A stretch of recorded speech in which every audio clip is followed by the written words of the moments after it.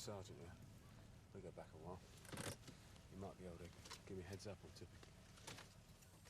Right, no, you wait here.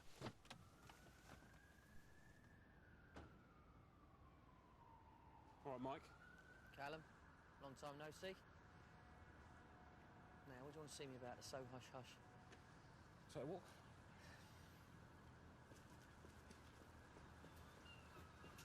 I arrested one of your PCs last night. Andrew Tipping, decked some bloke in a nightclub. Andrew? No, there must be some mistake. Not his style?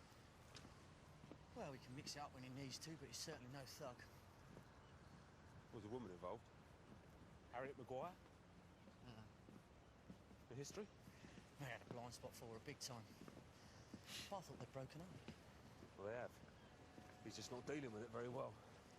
Oh, yeah, he did fall pretty hard. Look, Callum, what's this really all about?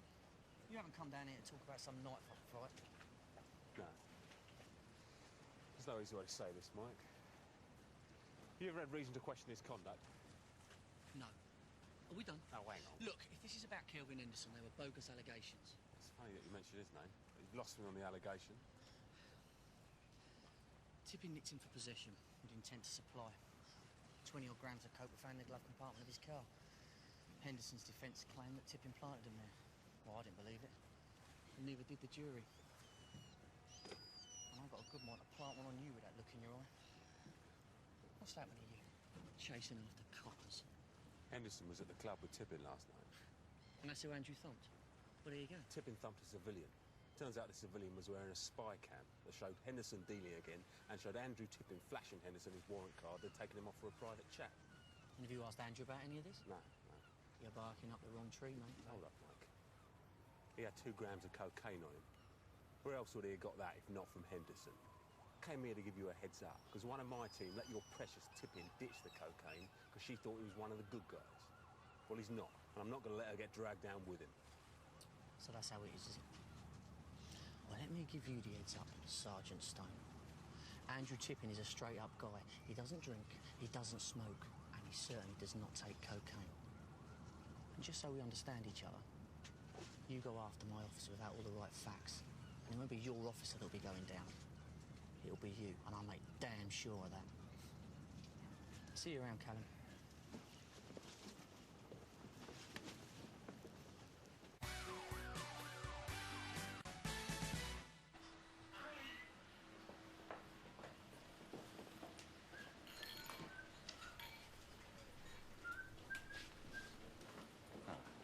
DC Masters. Good memory, Mr. Oldfield. Never forget a pretty face.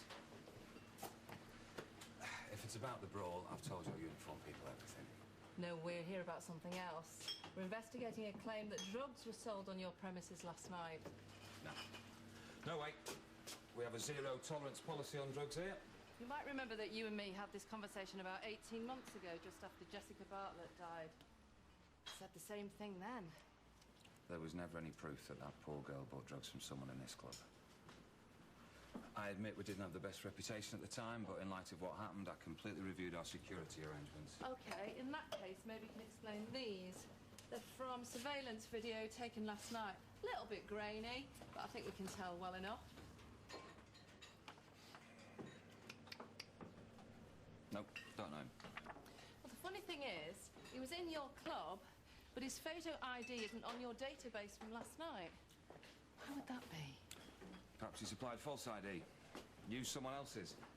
I don't know. Maybe someone let him in through the back door. The fact is, our video surveillance shows this man dealing drugs quite openly in your club. So I think it's in all our interest that we track him down. Of course. Anything I can do to help. Although, I do find it very difficult to believe that there was actually any dealing going on. And if there was, I'm quite sure it was a one-off thing. We also know he was here around the same time that Jessica Bartlett died. Oh. We're back to this, are we? Jessica Bartlett. I nearly lost my licence because of your investigation. What's it going to take for you lot to understand that this club was not responsible for that girl's death? Now, if you don't mind, I've got a business to run. Thanks for your time. How did it go? Not as well as I hoped. So what do we do now? fancy Kelvin Henderson. That the CID haven't got there first. You must have got to know Mr. Oldfield quite well during the investigation. Something about him. Like he was too cut up about Jessica. Came to the funeral, sent flowers to the grave every week. It was all a bit weird. Like he was trying too hard. Hey, Kezia, anything from facial recognition? Not that I know of. Another lead bites the dust. Not exactly.